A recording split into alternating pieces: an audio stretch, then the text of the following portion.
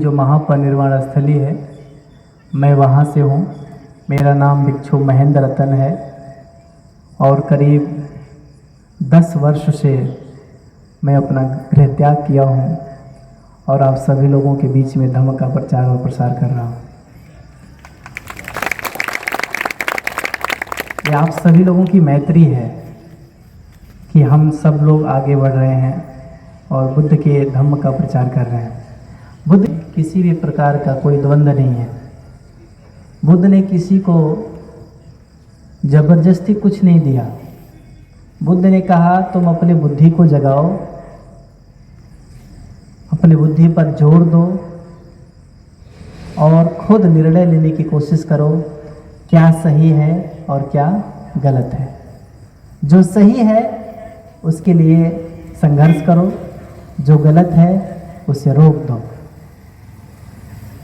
ज्योतिबा फुले ने भी शिक्षा का यही मतलब निकाला। शिक्षा का सही मतलब यही है कि सही और गलत का पहचान करो, सही के लिए संघर्ष करो और गलत को रोक दो। तो बुद्ध ने हमें शिक्षा दिया है अत दीपो भव का। अपना दीपक स्वयं बनो और अपनी प्रगति, अपनी सुगति और अपनी शांति स्वयं खोजो, किसी पर निर्भर मत रहो। क्योंकि हम जब दूसरे के ऊपर निर्भर रहते हैं शांति पाने के लिए तो कभी शांति मिलती नहीं है। और हम लोग बचपन से खुश होने की कोशिश करते हैं कि हम लोग खुश हो जाएं और उसके लिए बहुत सारा प्रयास करते हैं, पर बुढ़ापा आ जाती है पर हम खुश नहीं होते हैं। क्यों? क्योंकि उसकी तलाश हम लोग बाहर से करते हैं। अब बुद्ध कहते हैं सुख और शांति की तलाश स्वयं से करना चाहिए। बाहर से शांति की तलाश करोगे तो जीवन में कभी भी शांत नहीं हो पाओगे। क्योंकि जो चाहत, जो इच्छा हमारे भीतर उत्पन्न होती है उसका समाधान हमें भीतर जाके ही करना पड़ेगा, उसका समाधान बाहर से नहीं हो। मैं एक शब्द कहना चाहता हूँ, पाखंड क्या है? पाखंड का मतलब क्या है? पाखंड का मतलब ये होता है हम जिस चीज़ को नहीं जानते हैं फिर भी हम उसे करते हैं, उसी को पाखंड कहते हैं। अब बुद्ध कहते हैं जिस चीज़ को तुम करते हो और भली भांति उसे जानते हो और सोच समझ के करते हो तो उसे पाखंड नहीं कहते हैं। इसलिए भगवान बुद्ध ने कहा है कि ज़्यादा से ज़्यादा अपने बारे में सोचो और बुद्धि पर जोर डालो, सही और गलत की पहचान करो, सही के लिए संघर्ष करो। ये बुद्ध का विचार था। आज हम बुद्ध जयंती मना रहे हैं। बुद्ध जयंती, बुद्ध के जीवन में बहुत सारी ऐसी घटनाएं हैं जो घटनाएं हम लोगों को उस बुद्धत्व का प्रेरणा देता है। जैसे बुद्ध का जन्म, बुद्ध की ज्ञान प्राप्ति और बुद्ध का महापरिनिर्वाण, साथ ही साथ उनका विवाह भी, ये सभी वैशाख पूर्णिमा के दिन हुआ था। और आज वैशाख पूर्णिमा शुरू हो गई है। कल पूरे विश्व में वैशाख उत्सव बड़े हर्ष उल्लास के साथ मनाएंगे। पर बाबा साहब की जयंती हम लोग बहुत उत्सव से मनाते हैं और बुद्ध जयंती जब आती है तो हम लोग स्लो हो जाते हैं क्योंकि सारा खर्चा उधर कर देते हैं। पर आप लोगों ने बुद्ध जयंती को भी बहुत सुंदर तरीके से मनाने का संकल्प लिया, इसलिए मैं उस संकल्प को बार बार नमन करता हूँ कि आप लोगों ने बुद्ध के जयंती के लिए भी इतना बड़ा संघर्ष किया और इतना सुंदर प्रोग्राम का आयोजन किया। इसके बहुत बहुत साधुवाद। भगवान बुद्ध के 6 प्रकार के सहजाती भी थे जो बुद्ध के साथ ही जन्म लिए थे। मैं बुद्ध की जीवनी में नहीं जाना चाहूँगा, पर बुद्ध जब ज्ञान प्राप्त किए बौद्ध गया में, और जब उन्होंने ज्ञान प्राप्त कर लिया तो ज्ञान प्राप्त करने के बाद बुद्ध ने ये विचार किया कि धम्म किसे दिया जाए, क्योंकि धम्म सबको नहीं दिया जाता है, ज्ञान सबको नहीं दिया जाता है। पहले जिसे हम ज्ञान देना चाहते हैं उसके बारे में भी हमें सोचना चाहिए कि किसको इसकी ज़रूरत है, और जिसको ज़रूरत है धम्म उसी को देना चाहिए, और जिसको ज़रूरत नहीं है उसे नहीं देना चाहिए। कि धर्म जब ज़रूरत के हिसाब से दिया जाएगा तो व्यक्ति उसका आचरण करेगा, अन्यथा लोगों को ज़बरदस्ती बुला बुला के धर्म दोगे तो उस पर कोई ध्यान नहीं देगा। तो भगवान बुद्ध चाहते तो बोध गया से सारनाथ के बीच में जितने लोग मिले थे सबको ज्ञान दे देते, सबको बोलते जाते हैं ऐसा मैंने पा लिया, ऐसा मैंने सीख लिया। पर भगवान ने तपस्वभल्ली को दीक्षा देने के बाद किसी को दीक्षा दिया, बुद्ध धम्म की दीक्षा दी, संघ की नहीं। पर भगवान बढ़ते गए, पर उनको याद आया कि मैं अपने आचार्य को दूँ, आलाम कालाम राम उद्दक पुत्र, परंतु उनकी मृत्यु हो चुकी थी। पर उनका ध्यान आया कि मेरे जो साथ में 5 साथी थे उन लोगों को धम्म देना चाहिए, और वो जा कर के सारनाथ में जाते हैं। इसमें कौंडिन्य, वप्प, भद्दीय, महानाम, अश्वजित, ऐसे उनके 5 जो साथी थे जो बुद्ध के साथ ध्यान कर रहे थे, तो उनको याद आया कि मैं उन्हें दिया जाए। पर भगवान बुद्ध ने जब खीर ग्रहण किया था तो वो 5 साथी जो बुद्ध को छोड़ दिए थे, उनको लगा कि ये पथभ्रष्ट हो गया और भोजन ग्रहण कर लिया, और भोजन ग्रहण करने वाले व्यक्ति पथभ्रष्ट हो गए हैं, अब ये अपने दृढ़ संकल्प से टूट चुका है, इसे छोड़ देना चाहिए। तो 5 साथी ने उन्हें छोड़ दिया। छोड़ करके सारनाथ में जब भगवान आते हैं, मैं ज़्यादा समय नहीं लूँगा, 10 से 15 मिनट में आपको बताना चाहूँगा। भगवान बुद्ध जब सारनाथ आते हैं तो सारनाथ आते ही इन 5 ने जब भगवान को देखा तो मन में निश्चय किया कि हम इनका स्वागत नहीं करेंगे, हम इनकी तरफ ध्यान नहीं देंगे, कोई उनको बैठने का नहीं देगा। पर भगवान बुद्ध बुद्धत्व को प्राप्त हो चुके थे और बुद्धत्व का तेज उनके चेहरे पर बहुत प्रकाश के भांति दिव्यमान था। और जैसे जैसे बुद्ध उनके करीब आते गए कि वो लोग अपने संकल्प पर टिक नहीं पाए, तो कोई भगवान के लिए बैठने का आसन दे रहा, तो कोई उनका चीवर संभाल रहा, कोई उनका पात्र संभाल रहा, तो कोई पाँव धोने के लिए पानी लेके आ रहा। तो भगवान को बिठाया गया। तो जहाँ भगवान को पहली बार स्वागत किया गया, बिठाया गया, उसे चौखंडी स्तूप कहते हैं। और वहाँ पर चौखंडी स्तूप बना, आप सारनाथ में जाएंगे तो उसका दर्शन करने को मिलेगा। चौखंडी स्तूप के बाद भगवान धम्मिक स्तूप पे भगवान ने पहला जो उपदेश दिया है वो सारनाथ में दिया। इतिहास में डिटेल नहीं जाएंगे, बहुत समय लगेगा। भगवान ने जो धम्म दिया यही मुख्य धम्म है, और यहाँ जो बुद्ध ने बताया है ये मुझे लगता है हर व्यक्ति को जानना बहुत ज़रूरी है, क्योंकि यही बुद्ध का धम्मचक्र प्रवर्तन है। यही बुद्ध ने जो दिया है उसे हर व्यक्ति को जानना चाहिए कि बुद्ध के धम्म का पूरा सार इसमें है। बुद्ध कोई पुरुष नहीं है, जैसे डॉक्टर, इंजीनियर, ये कोई एक व्यक्ति नहीं होता है। जो भी पढ़ाई करता है वो डॉक्टर बनता है, जो भी पढ़ाई करता है इंजीनियरिंग की वो इंजीनियर बनता है। वैसे जो बुद्ध की राह पे चलता है वो बुद्ध तो होता है। बुद्ध का मतलब होता है जागरूक, सतर्क, स्मृतिमान, चेतना। ये शब्द भले अलग अलग हैं लेकिन सबका मतलब एक ही है कि जागरूकता। तो जो संपूर्ण जगा हुआ है उसे सम्यक संबुद्ध कहते हैं, उसे ही हम बुद्ध कहते हैं। जो जागरूक है, जिसके बैठने में भी उसकी प्रामाणिकता है। वो बैठते हैं तो उनको पता है कि मैं बैठ रहा हूँ, वो चलते हैं तो उनको पता है कि मैं चल रहा हूँ, वो जब भोजन ग्रहण करते हैं तो उनको पता है कि मैं भोजन ग्रहण कर रहा हूँ। यानी जो भी करते हैं पूरी चेतना के साथ करते हैं। और जो व्यक्ति जहाँ है पूरी चेतना के साथ यदि बैठा है तो वो बुद्धत्व की राह पे है। जो व्यक्ति जहाँ है, मन और शरीर अलग नहीं होना चाहिए, मन और शरीर एक साथ हो, आप जहाँ हो वहीं ध्यान दो, ये बुद्ध की शिक्षा है। तो उसे बुद्धत्व कहते हैं। तो बुद्ध एक एक पल बेहोश नहीं है, बुद्ध एक एक पल जागरूक है। और जो 24 घंटा एक एक पल जागरूक है, वो बुद्ध है, वो सम्यक संबुद्ध है। तो भगवान बुद्ध ने जो उपदेश दिया ये बहुत महत्वपूर्ण है। धम्मचक्र प्रवर्तन सूत्र के कुछ बातों पर हम चर्चा करेंगे। भगवान ने कहा है, द्वय में अत्ता अव्वजितेन न सेवितव्या। यहाँ भगवान कहते हैं सन्यासियों को कि 2 अतियों का सेवन नहीं करना चाहिए। पहला क्या है?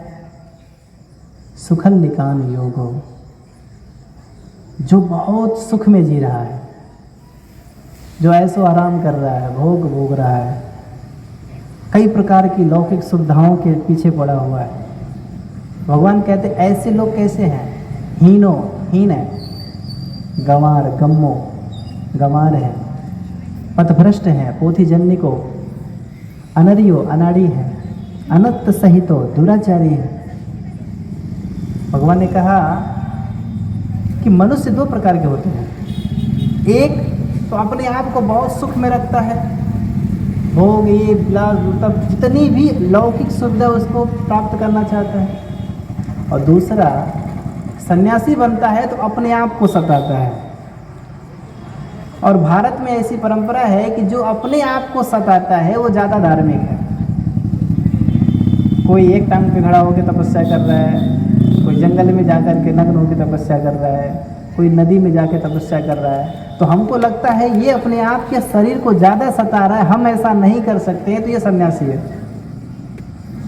अब बुद्ध कहते हैं कि जो अपने आप को ज़्यादा सताए वो धार्मिक नहीं है। ना ही अपने आप को ज़्यादा सताना है और ना ही अपने आप को ज़्यादा ऐशो आराम में रखना है। मध्यमा पटिपदा, मध्यम में रहो। बुद्ध ने मध्यम मार्ग दिया है, यानी कि ना अपने आप को ज़्यादा सताना ही अच्छा है और ना अपने आप को ज़्यादा ऐशो आराम में रखना ही अच्छा है। तो बुद्ध कहते हैं इन दोनों से बाहर आओ। पहले मान्यता थी कि जो अपने आप को सताता है वो जल्दी धार्मिक होता है, और इतिहास गवाह है कि बुद्ध ने जितना अपने आप को सताया है उससे ज़्यादा किसी और ने नहीं सताया। और बुद्ध की ऐसी अवस्था हो गई थी कि 206 हड्डियाँ भी गिनती कर सकते थे ऊपर। तो बुद्ध ने सबसे ज़्यादा अपने आप को सताया।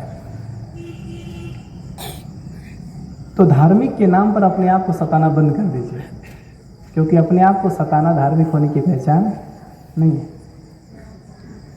और ज़्यादा अपने आप को सुख सुविधा भोग विलास में रखना भी ये धार्मिक होने की पहचान नहीं है। मध्यम मार्ग, तो बुद्ध का जो मार्ग है वो मध्यम मार्ग। मनुष्य हमेशा सुख के पीछे भाग रहा है, और बुद्ध ने कहा है, मैं एक बार प्रवचन दे रहा था तो मैंने किसी से पूछा कि आप लोग सुखी होना चाहते हैं? तो उन्होंने बोला हाँ मैं सुखी होना चाहता हूँ। तो मैंने बोला ये चाहत छोड़नी पड़ेगी। यदि आप सुखी होना चाहते हैं तो सुखी होने की कोशिश करना छोड़ दीजिए, क्योंकि जो खुश होने की कोशिश कर रहा है उसी कोशिश में उसका दुख छुपा हुआ है। क्योंकि इच्छा अच्छी हो या बुरी हो वो दोनों दुख का कारण है। इच्छा होती है, चाहे वो अच्छी हो या बुरी हो, और इच्छा का उपादान हमेशा होगा, और इच्छा का उपादान होगा तो भव भी होगा, फिर जाति जरा मरण सुख शोक देव दुख दो मनुष्य पाए, सारी चीज़ें आएंगी। हम सुखी होना चाहते हैं, बचपन से हम सुखी होना चाहते हैं, पर सुख के पीछे जितना भी भाग रहे हैं वहाँ सुख नहीं मिल रहा है। हम सुख के पीछे जा कर के एक नए दुख को अपने जीवन में डाल दें। इसलिए तत्राभिनंदनी से अथीरं कामतन्ना भवतन्ना विभवतन। भगवान कहते हैं हम जहाँ तहाँ सुख पाने के लिए भाग रहे हैं, और जहाँ जहाँ भी जा रहे हैं वहाँ सुख नहीं है। तो सुख को पीछे भागना बंद करना होगा। आप सुख के पीछे भागना बंद कर दो, दुख आपके पीछे आना बंद हो जाएगा। क्योंकि एक चीज़ के पीछे नहीं भागोगे दूसरा बंद होने वाला नहीं है। तो हमें एक के पीछे भागना बंद करना होगा, दूसरे आपके पीछे भागना बंद हो जाएगा। बुद्ध ने क्या कहा? बुद्ध ने इतना ही कहा है, इस दुनिया में दुख है और मैं दुख को ख़त्म कर सकता हूँ। दुख से मुक्ति का मार्ग जो दिया है वो बुद्ध ने दिया है। आपको ऐसा आश्वासन नहीं दिया कि मैं आपको एक नए सुख में लेके जाऊंगा। क्योंकि बुद्ध जानते हैं मनुष्य को जहाँ सुख शब्द मिलता है वो तृष्णा पैदा करता है कि यहाँ सुख मिलेगा तो ही जाता है। यदि आप मेडिटेशन के लिए जाते हो 10 दिन और ये चाहते हो कि मैं जाने के बाद सुखी हो जाऊंगा, तो आप सही से मेडिटेशन नहीं करोगे। मेडिटेशन जाने का मतलब है मैं अपने दुखों से मुक्त होने जा रहा हूँ, ये भाव होना चाहिए। अन्यथा आदमी मेडिटेशन करते समय सुख को खोजेगा, अभी तो सुख आया नहीं, अभी तो सुख आया नहीं, हम वही तो करने आए थे। और मनुष्य सुख के पीछे भाग रहा है। सुख से राग पैदा होता है और दुख से द्वेष पैदा होता है। हमारे माइंड में हमारा मन दो तरफ भागता है, एक बीते हुए समय की तरफ भागता है और एक आने वाले समय की तरफ भागता है। जब बीते हुए समय के पीछे भागता है तो दो बातें होती हैं, या तो किसी चीज़ को याद करके हम दुखी हो जाते हैं, या तो किसी चीज़ को याद करके सुखी हो जाते हैं। तो जब हम सुखी होते हैं तो राग पैदा करते हैं, और जब हम दुखी होते हैं तो द्वेष पैदा करते हैं। अब बुद्ध बोलते हैं राग और द्वेष दोनों दुख का कारण है।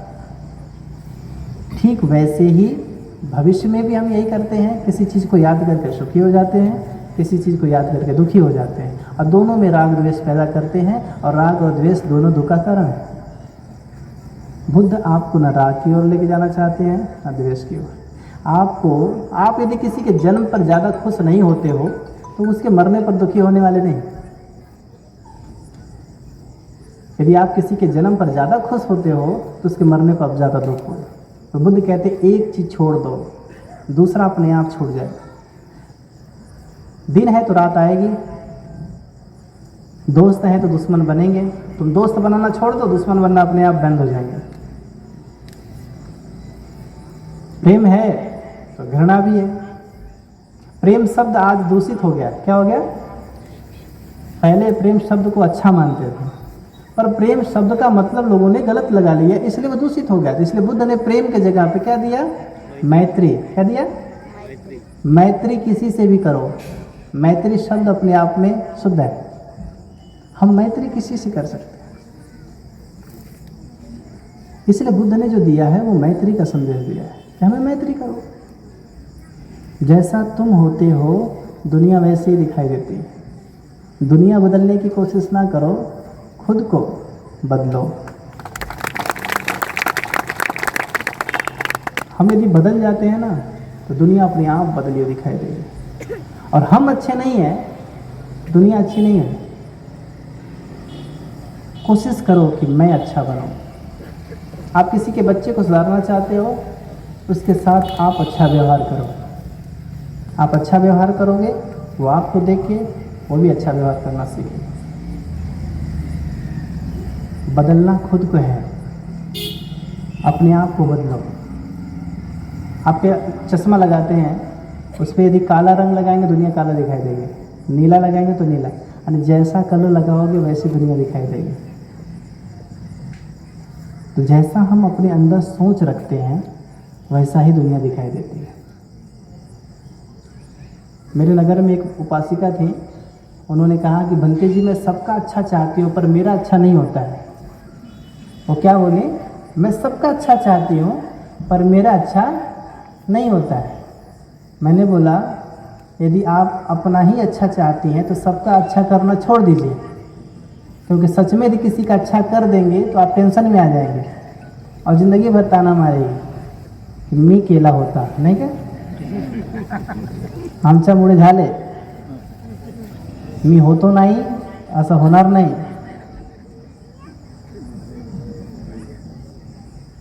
हा सगळं माझ्यामुळे आहे।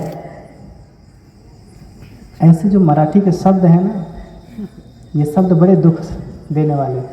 आप लोग यदि मराठी में ये शब्द यूज करते हैं तो छोड़ दीजिए, क्योंकि ये शब्द अहंकार के हैं और अहंकार लोहे में लगे जंग की तरह होता है जो धीरे धीरे आपको ही खोखला कर देगा। और लकड़ी में दीमक लगते हैं ना, तो जो आपका अहंकार है वो दीमक की तरह है जो आपके बुद्धि को खा जाएगा। और आप अच्छा भी रहोगे तो आपकी अच्छाई किसी को दिखेगी। त्यागने में सुख है, मैं मेरा करने में सुख नहीं है। तुम जब पैदा हुए थे तो जो संपत्ति वो तुम्हारी नहीं थी, आज जब मरोगे तो भी वो संपत्ति तुम्हारी नहीं होगी। तो जो मैं मेरे का अहंकार निकल रहा है इसे छोड़ना पड़ेगा। जहाँ अहंकार छूट गया वहाँ सुख की यात्रा शुरू। तो मैंने उस माता जी से यही कहा कि आप दूसरों का भला चाहती हैं तो आप अपना भला छोड़ दीजिए, निश्चित रूप से आप सुखी हो जाओगे। जब आप किसी का भला सही मन से करते हो और जब उसका भला होता है तो यही देख के आपको प्रसन्न हो जाना चाहिए, क्योंकि जो आप कर रहे हो वो हो रहा है, पर आप कहीं ना कहीं भेद करते हो। जैसे आपका लड़का है, आप अपने लड़के को अच्छा चाहते हैं ना, कि मेरा बेटा अच्छा हो जाए, आईएएस बने, पीसीएस बने। मान लीजिए आपका बेटा आईएएस पीसीएस बन गया तो आप बहुत खुश होते हो, बहुत प्रसन्न होते हो कि मेरा बेटा आईएएस बन गया। आप कभी अपने बेटे से नफरत नहीं करते। लेकिन पड़ोसी का लड़का आईएएस बन गया तो अपने लड़के की जान खा जाते हैं। देख त्याचा पोरगा खूप चांगला झाला, आमच्या वाला हे घुमतात राहतात, है ना। मराठी मला येते नाही, मी हळूहळू प्रयास करता है। यदि चाचा के लड़के को नौकरी लग जाए तो अपने लड़की की जान खा जाते हैं। हमारे लोग जलते हैं, द्वेष करते हैं, और इसीलिए करते हैं क्योंकि उनको मैत्री करना नहीं आता। मैत्री करो, तुम्हारा पूरा शरीर मन सब शुद्ध हो जाएगा। पर हम मैत्री नहीं करते हैं, हम दूसरे के सुख को देख के दुखी हो जाते हैं। और आजकल सबसे बड़ा दुख का कारण पता है क्या है? दूसरों का सुख हमारे दुख का सबसे बड़ा कारण है। हम दूसरों का सुख नहीं देख पा रहे हैं। जरा सा कोई घर बड़ा बना लिया, 2 नंबर की धंधा कर रही है क्या? हो सकता है 2 नंबर का धंधा करो तभी इतना आगे जा रहे हैं। हम देखो दिन भर मेहनत करते तो आगे नहीं जाते। ये द्वेष का भाव आपको दुखी कर रहा है। ये द्वेष का भाव छोड़ना होगा। ये द्वेष का भाव छूटेगा तो बुद्ध की राह पे आ जाएगा। और द्वेष का भाव नहीं छूटा तो आप कभी सुखी नहीं होंगे। इसलिए हमें ये द्वेष, नफरत जो अपने मन में पैदा किया है, माँ की तरह अपने अंदर भाव पैदा करिए। जैसे तुम अपने बेटे को अपना मान करके बड़े प्रेम से उसके जीवन के लिए मंगल कामना करते हो, वैसे ही यदि पड़ोसी के बच्चे के लिए आपके अंदर मंगल कामना आ जाए तो सारा धर्म आप जान जाओगे। कुछ और सीखने की जरूरत नहीं है। पर जब आप अपने मन में अंतर पैदा करते हो कि ये मेरा बेटा, ये उसका बेटा, यही तो अधर्म है। ये मेरा बेटा, ये उसका बेटा, जब ये अंतर होता है तो यहाँ अधर्म होता है। यदि आप अपने बेटे को जैसा सोच रखते हो वैसे पड़ोसी वाले के बेटे के बारे में सोच रखो, आप धार्मिक हो जाओगे। यही तो मैत्री है, यही तो बुद्ध ने सिखाया। करुणा करो एक दूसरे के ऊपर। करुणा कैसे आएगी? करुणा तभी आएगी जब आप दुख को जानेंगे, सत्य को जानेंगे। 4 आर्य सत्य में से दुख आर्य सत्य है। पर जब दुख के बारे में जानेंगे तभी तो लोगों के बारे में करुणा आएगी। मुझे पता है कि मृत्यु सत्य है। जब ये पता चलेगा तो हम सबको देखेंगे तो मेरे मन में करुणा आएगी। अरे कल क्या भरोसा किसी का चेहरा ना देख पाए। जब तक जी रहे हैं मैत्री से जी लो। तो बुद्ध ने यही 8 प्रकार के दुखों में बताया। जाति भी दुख है, जन्म भी दुख है।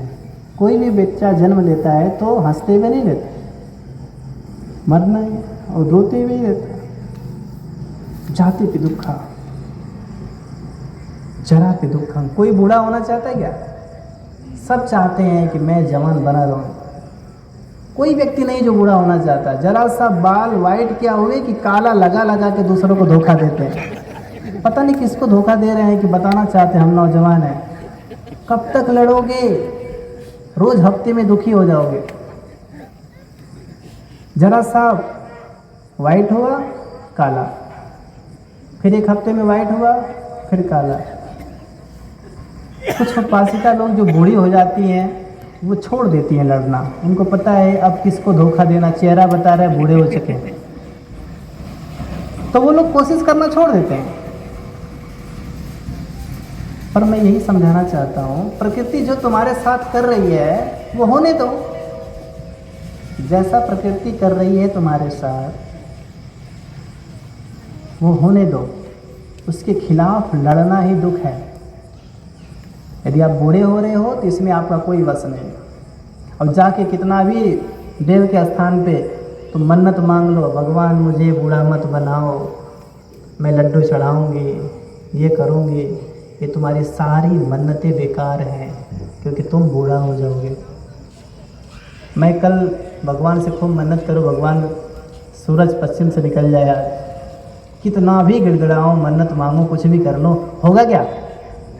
तो जो हमसे नहीं होने वाला है उसके लिए हम क्यों इतना प्रयास करें? जो हो रहा होने दो। पर हमारी तृष्णा, नौजवान बने रहने की जो तृष्णा है, ये तृष्णा आपको रोज दुखी करता है। कोई बूढ़ा नहीं होना चाहता है। एक बूढ़ी को मैंने बूढ़ी बोल दिया, गुस्सा हो गया हमारे ऊपर। मैंने बोला क्या बोलूं? तो बोलते आप नहीं बुढ़े होंगे। मैं तो हो जाऊंगा, पर अभी बुढ़ा तो नहीं हूं ना। क्या बोलो? भूतपूर्व नवयुवक हे पुराने समय के नवयुवक।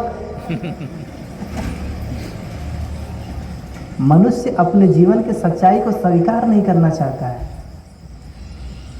आप जैसे हो, आप अपने आप को स्वीकार करो कि मैं ऐसा हूँ।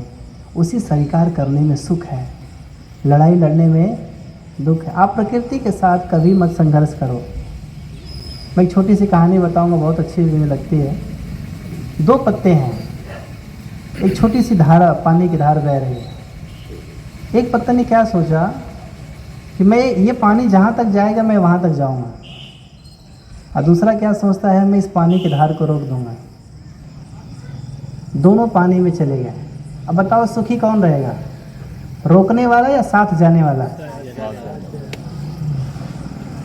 जो रोकने वाला है वो परेशान होगा, क्योंकि उससे होने वाला, और जो साथ जाने वाला है वो सुखी होगा। तो प्रकृति के बहाव में साथ साथ चलो, इससे लड़ने की कोशिश ना करो। जो दुख है उसे समझो। इसीलिए मैं बार बार लोगों को कहता हूँ, बुद्ध ने जीना नहीं सिखाया, बुद्ध ने मरना सिखाया। क्या सिखाया? बुद्ध ने क्या सिखाया? मरना सिखाया है, क्योंकि जो मरना जानता है वही सही से जीना जानता है। तुम्हें अपने अंदर मरने का भय रहेगा तो कैसे जियोगे? लाइफ में दो चीज होती है, जन्म और मृत्यु। क्या होती है? जन्म और मृत्यु। जन्म हो चुका है, जो शुरू है वो मृत्यु है। वो क्या है? वो जीवन नहीं है, वो मृत्यु है। जन्म हुआ, जो शुरू है वो मृत्यु है। मृत्यु कोई आकस्मिक घटना नहीं जो आपके साथ हो रही है, वो रोज होती है। अब जब से कैंडल जलाया गया तब से कैंडल क्या हो रहा है? कम हो रहा है, और कम हो रहा है। बुद्ध ने कहा ना, उपद्रवे धम्मिनो उपजित्वा निरुजंती तेसंग भूप समो सुखो। उत्पन्न होना, नष्ट होना, उत्पन्न होना, नष्ट होना, ये प्रकृति का नियम है। और हमारे अंदर इतना तेजी से उत्पन्न होना, नष्ट होना, ये प्रक्रिया हो रही है कि दिखाई नहीं देता। क्यों? क्योंकि ये प्रक्रिया बहुत तीव्र हो रही है। जैसे पंखा बहुत तेज चलता है तो गायब हो जाता है, पर इसका मतलब वो कि पंखा नाच रहा है ऐसा नहीं है, बहुत तेज नाच रहा है इसे गायब हो गया। इसलिए हमारे शरीर के अंदर भी परिवर्तन बहुत तीव्र होता है, पर ये दिखाई नहीं देता है। लेकिन 10 साल, 20 साल, 50 साल के बाद बहुत अंतर दिखाई देता है। तो जो अंतर हो रहा है वो एक मृत्यु की प्रक्रिया है। बुद्ध कहते जीवन क्या है? उसी क्रम में जो आप धर्म पूर्वक जीवन जी रहे हो, जो प्रज्ञा के अनुसार जीवन जी रहे हो, वो जीवन है, बाकी सब मृत्यु है।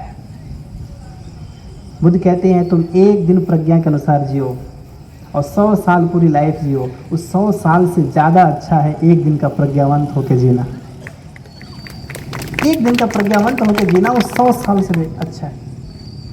जैसे कोई बेवड़ा हो, दारू पीने वाला, और उस रोड पे लेटा हुआ हो, तो नॉर्मल आदमी जब जाएंगे तो यही कहेगा ना, इसका जीना ना जीना बेकार है। क्या बोलते हैं? सही बात है, इसका जीना ना जीना।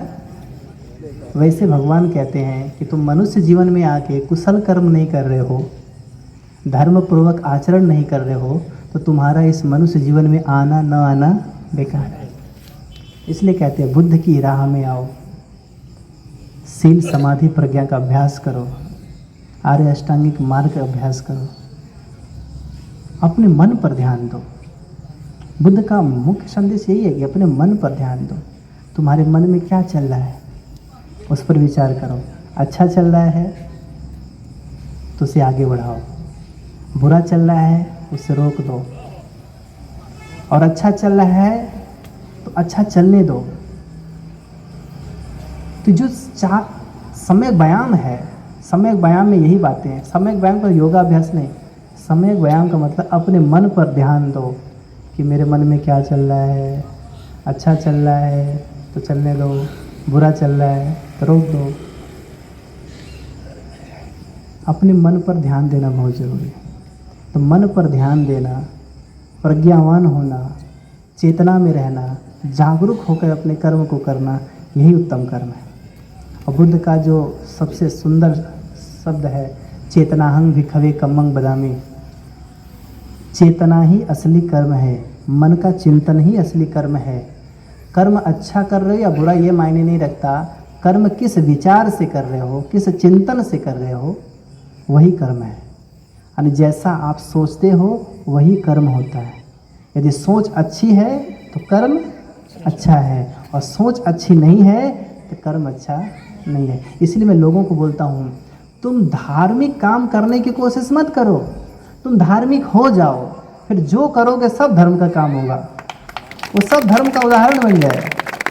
बस सोच अच्छी होनी चाहिए। यदि आपकी सोच बहुत अच्छी है तो आपके कर्म अपने आप अच्छे होंगे। तुम्हारा मन बहुत अच्छा है तो तुम्हारा आचरण अपने आप अच्छा होगा। तुम्हें अपने आचरण और मन की सोच में लड़ने की ज़रूरत नहीं है। हम क्या होते हैं, अंदर से कुछ और होते हैं और बाहर से कुछ और होते हैं, और आपस की लड़ाई ही थकान है, दुख है, परेशानी है। तो जैसा आप भीतर से हो वैसा बाहर से भी बनने की कोशिश करो, फिर आप खुश रहोगे। लेकिन भीतर से कुछ और हो, बाहर से कुछ और हो, मैनेज करने का जो दिन है यही बड़ा बेकार है। आजकल बहुत ट्रेनिंग दी जाती है। क्या दी जाती है? धार्मिक होने की क्या होती है? ट्रेनिंग। ट्रेनिंग दे करके आप अच्छा और बुरा बना सकते हो, यानी बुरा से अच्छा बना सकते हो, लेकिन परिवर्तन लाना बड़ा मुश्किल है। जैसे मान लीजिए एक जानवर है, उसको आप ट्रेनिंग देते हो, थोड़ा सा ट्रेनिंग के लिए अच्छा हो जाएगा, पर भीतर से अच्छा नहीं होगा, वो हरकतें तो कुत्ते वाली करेगा। तो आजकल धर्म की ट्रेनिंग हो रही है, तो ट्रेनिंग होने से इतना ही असर होता है कि वो जब तक परेड जैसे होता है तो आर्मी अच्छा परेड करता है, वो टाइम से टाइम करेगा, बाकी छोड़ देगा, फिर अपने हिसाब से जिएगा।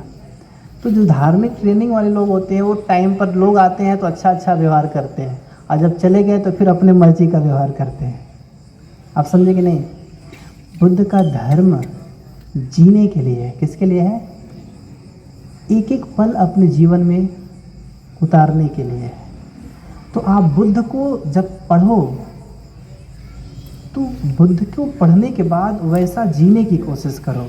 चलते, उठते, खाते, पीते, सोते, बात करते, किसी भी समय में आप प्रज्ञावान बन के रहने की कोशिश करो।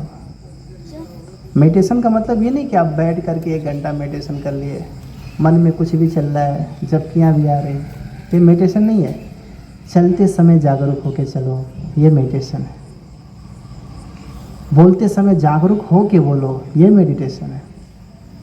खाते समय जागरूक होके भोजन करो, ये मेडिटेशन है। दैनिक जीवन में मेडिटेशन होना बहुत ज़रूरी है। अन्यथा 10 दिन का शिविर कर लिए, 1 बार कर लिए, 2 बार कर लिए, फिर बाई तुझी किती शिविर झाली? तर आमची 2, तर माझी 50 झाली. मी तुमच्यापेक्षा मोठी आहे, तू लहान आहे, मला धर्म ज़्यादा कळते, तुम्हाला नहीं कळत, है ना? फिर पता है आपस में कंपटीशन पैदा हो जाता है कि उसमें कौन ज़्यादा धार्मिक है और कौन कम धार्मिक। और धार्मिक होने का इतना ही बस कसौटी होती है कि इसको कितना गाने याद है, इसको कितना कम गाने याद है। ये धार्मिक नहीं है। अहंकार यदि नहीं जा रहा है तो ये धार्मिक होने का प्रतीक नहीं है। और यदि आप धार्मिक चीज़ों को सीख करके और अहंकारी हो जा रहे हो तो फिर आप धार्मिक नहीं हो। किसी भाई लोगों में आपस में कंपटीशन नहीं होना चाहिए कि मैं ज़्यादा जानती हूँ, ये भाई कम जानती है। मैंने तो नागपुर के बिहारों में देखा है कि आगे बैठने का बाई लोगों की होड़ मची रहती है।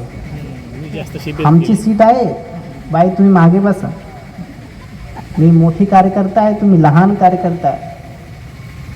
ये अहंकार निर्माण हो रहा है अंदर में।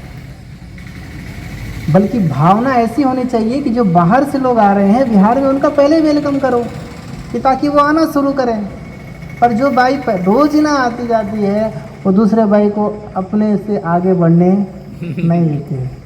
अब बताओ धार्मिक कैसे होंगे? लोगों ने तो अपने सीट पर नाम लिख के रखा है कि आमची वाली सीट है यहाँ।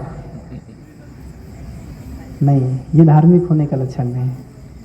आप लोग अपने अहंकार को ख़त्म करो, जो नए लोग आ रहे हैं उनका वेलकम करो, उनको आगे अवसर बढ़ाओ, तभी हमारा प्रबुद्ध भारत का सपना पूरा हो। लेकिन मन में अहंकार है, द्वेष है, नफरत है, तो हम धार्मिक नहीं हो पाएंगे। सबसे इम्पोर्टेंट यही है कि आप अपने अहंकार को ख़त्म करके मैत्री का भाव बढ़ाओ, क्योंकि मैत्री यदि आप करना सीख लिए फिर बाकी कुछ करने की ज़रूरत नहीं है। मैत्री का मतलब यह है कि तेरा मंगल क्या है? कभी बोला गया है कि जाके घर के अंदर बैठो, मेरा मंगल मेरा मंगल मेरा मंगल होए रे? ऐसा है क्या? क्या है? तेरा मंगल। तेरा मंगल म्हणजे आपका मंगल हो।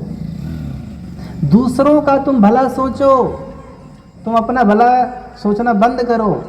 तुम जिस दिन दूसरों का भला करना सोचना शुरू कर दोगे, तुम्हारा भला अपने आप होगा, तुम्हें करने की ज़रूरत नहीं है। तुम दूसरों का भला तो करो। मैं जब नागपुर में चलता हूँ तो मुझे पता है, मैं 1000 लोगों के घरों के बारे में अच्छा सोचता हूँ। तो सोचो 1000 लोग मिलकर जब मेरे बारे में थोड़ा थोड़ा भी सोचेंगे तो मेरा भला नहीं होगा। अपनी चिंता क्यों करना? मैं लोगों की चिंता कर रहा हूँ, और लोग थोड़ा थोड़ा भी हमारी बारे में सोचेंगे तो मैं पता नहीं कहाँ चला जाऊंगा। धर्म यही कहता है कि तुम दूसरों के बारे में भला करना। एक व्यक्ति था, उसे कुछ नहीं आता था।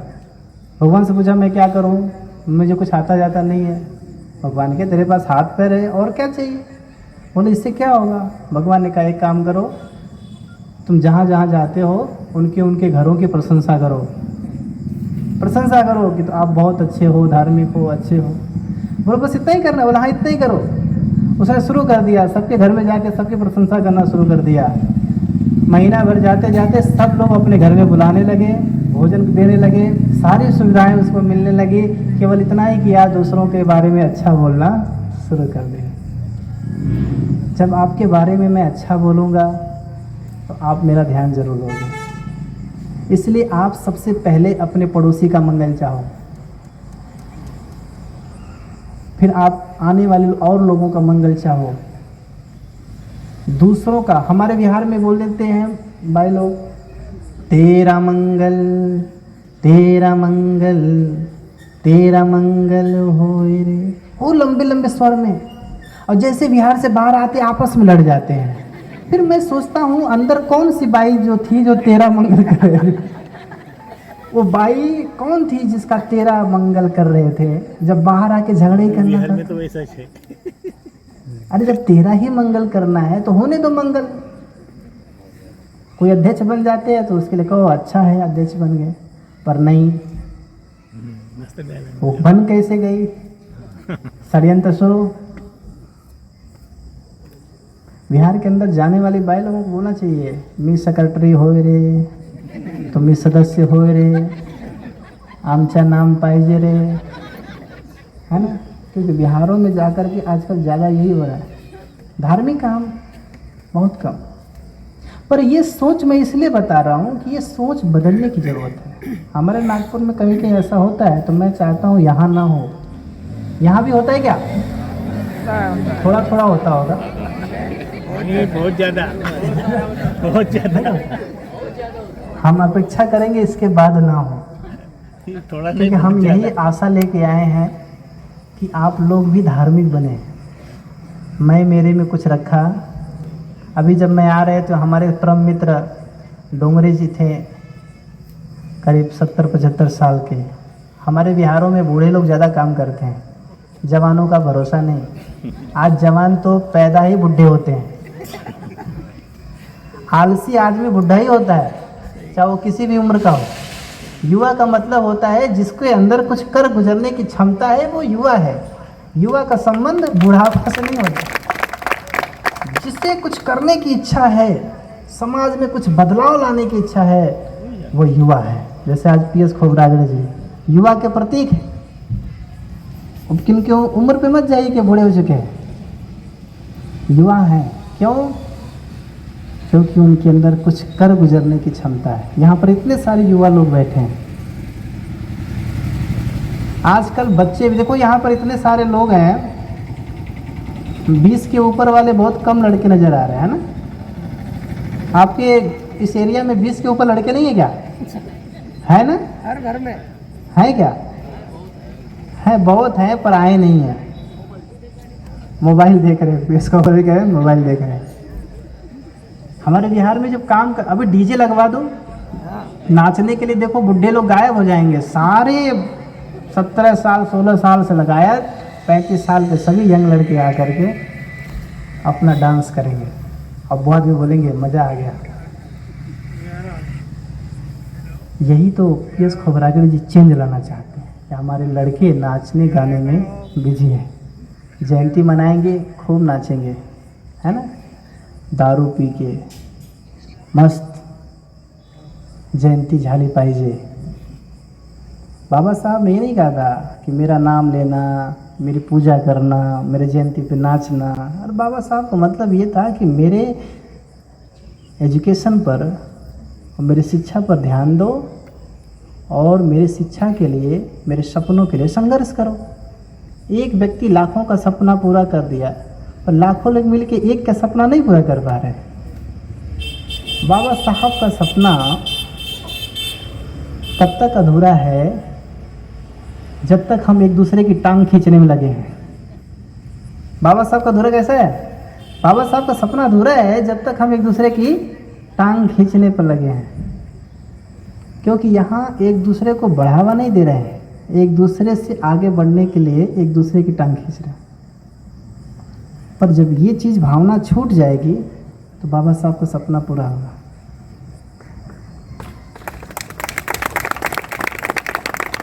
और अभी बोले ना कि बाबा साहब फिर से आएंगे, भीमा घे पुना, है ना, जन्म तू याद येण्यासाठी, ऐसा कुछ नहीं है।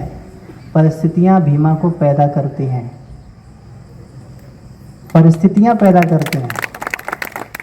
और आपके घरों की परिस्थितियाँ, इस समाज की परिस्थितियाँ, जिसको समझ में आ गया वही भीमा है। और आजकल हमारे समाज में बच्चों को उस प्रकार से शिक्षा नहीं दे रहे हैं ताकि बच्चा इतना सोच सके कि हमारे समाज की दशा क्या है।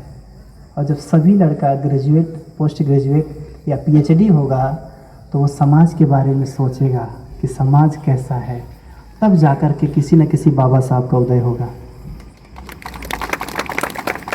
तो बाबा साहब तभी आएंगे जब हमारा समाज शिक्षित होगा और बाबा साहब के जैसा कोई त्याग करना सीखेगा।